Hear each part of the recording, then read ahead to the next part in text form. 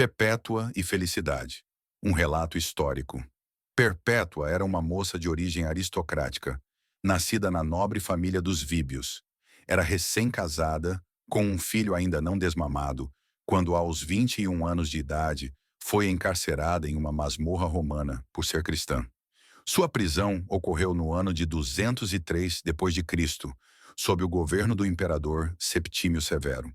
A narrativa de seu sacrifício e paixão tem inspirado incontáveis gerações de crentes. O fato aconteceu no anfiteatro romano de Cartago, no norte da África. Quando se tornou cristã, Perpétua foi colocada em prisão domiciliar, junta com outros catecúmenos, entre eles 2 escravos domésticos. Seu pai, um romano tradicional, tentava de todas as formas convencê-la a negar a fé cristã e retornar à religião oficial do império. Em uma das visitas, ela respondeu com coragem. Pegando um jarro de água, disse: "Vês este jarro? É possível chamá-lo de qualquer outra coisa, senão por aquilo que é?" "Não", respondeu o pai. "Da mesma forma, não posso ser chamada por outro nome, senão por aquilo que sou, uma cristã." Enfurecido, o pai lançou-se contra ela, como se fosse arrancar-lhe os olhos. Mas por ainda amá-la, recuou. Perpétua reconhecia que, embora o amasse, via nas súplicas do pai uma forte tentação que poderia levá-la à apostasia. E por isso agradeceu a Deus quando ele se afastou por um tempo. Durante esse período na prisão, Perpétua foi batizada. Ela ainda pôde cuidar de seu filho por algum tempo. Isso trouxe alívio à sua alma, e como ela mesma escreveu, os dias na masmorra tornaram-se como dias num palácio. O pai voltou a insistir, desta vez com lágrimas. "Minha filha, tem compaixão de meu cabelo grisalho. Tem piedade de teu pai, se é que mereço ser chamado assim por ti. Tem consideração por teus irmãos, tua mãe e tua tia. Tem consideração por teu filho, que não conseguirá viver sem ti." Atirado aos pés da filha, beijava suas mãos clamando pela sua renúncia à fé. Recusar um apelo paterno, especialmente numa cultura como a romana, era mais do que rebeldia. Era uma vergonha pública. A cultura romana não valorizava a independência, a firmeza e o espírito livre em mulheres. Esperava-se que temessem os deuses, obedecessem ao pai como meninas e se casassem para gerar filhos. Ao lidar com o pai dessa maneira, Perpétua estava testemunhando que Cristo estava acima de todas as coisas em sua vida, inclusive acima de sua família. Durante o julgamento, o pai causou um grande tumulto tentando impedir sua condenação. Como consequência, o governador ordenou que ele fosse açoitado com varas, o que deixou Perpétua profundamente entristecida. Ainda assim, ela permanecia firme, consciente das palavras de Jesus. "Se alguém vier a mim e amar pai e mãe, mulher e filhos, irmãos e irmãs, e até a própria vida mais do que a mim, não pode ser meu discípulo. Quem não leva a sua cruz e não me segue, não pode ser meu discípulo." Por amor à fé, Perpétua abriu mão de seus pais e de cuidar de seu filho para assumir sua verdadeira identidade em Cristo.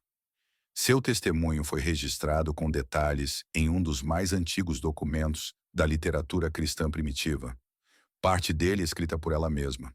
Enquanto aguardava a sentença, Perpétua convivia na prisão com uma jovem escrava cristã chamada Felicidade, que estava grávida. Felicidade temia que, por estar gestante, fosse poupada momentaneamente e não morresse junto com os demais irmãos. A lei romana proibia a execução de mulheres grávidas, mas Felicidade queria partilhar o martírio com seus companheiros cristãos. Felicidade orou junto com os demais prisioneiros, pedindo ao Senhor que lhe permitisse dar à luz antes do dia da execução. 3 dias antes do espetáculo na arena, suas dores de parto começaram. Sofreu muito, e os guardas zombaram. "Se já estás gritando assim agora, que farás quando fores entregue às feras?" Com dignidade ela respondeu: "Agora sou eu que estou sofrendo, mas naquela hora haverá outro em mim, que sofrerá por mim, porque também estou prestes a sofrer por ele." Felicidade deu à luz a uma menina, que foi entregue aos cuidados de sua irmã. Agora livre do impedimento legal, poderia receber a coroa do martírio junto com seus irmãos em Cristo. Para os primeiros cristãos, a escolha era clara. Ou você amaldiçoava a Cristo e adorava o espírito demoníaco que supostamente dava poder ao imperador, ou permanecia fiel ao Salvador. Não havia meio termo. Chegado o dia da execução, os cristãos foram levados à arena para serem expostos às feras. Quando entraram, Perpétua começou a cantar salmos. Antes de serem soltos aos animais, foram chicoteados e regozijavam-se por sofrerem pelo nome de Jesus. Saturnino e Revocato, que também estavam presos, foram atacados por um leopardo e, em seguida, amarrados em postes para enfrentarem ursos. Saturo, outro cristão, foi atado a um javali, um espetáculo particularmente cruel. O animal, porém, não o atacou. Em vez disso, virou-se contra o próprio tratador, ferindo-o mortalmente. A multidão viu nisso um sinal. Nem mesmo as feras ousavam tocar plenamente nos servos de Deus, enquanto os que promoviam o entretenimento sangrento sofriam as consequências. Perpétua e Felicidade foram então despidas e levadas ao centro da arena. Era notável que os seios de Felicidade ainda vertiam leite, como testemunho de sua recente maternidade e do sacrifício que estava prestes a oferecer. Diante da cena, a multidão ficou envergonhada, e por serem jovens mulheres, se permitiu que fossem vestidas novamente. Uma novilha atacou Perpétua, lançando-a ao chão e rasgando suas vestes.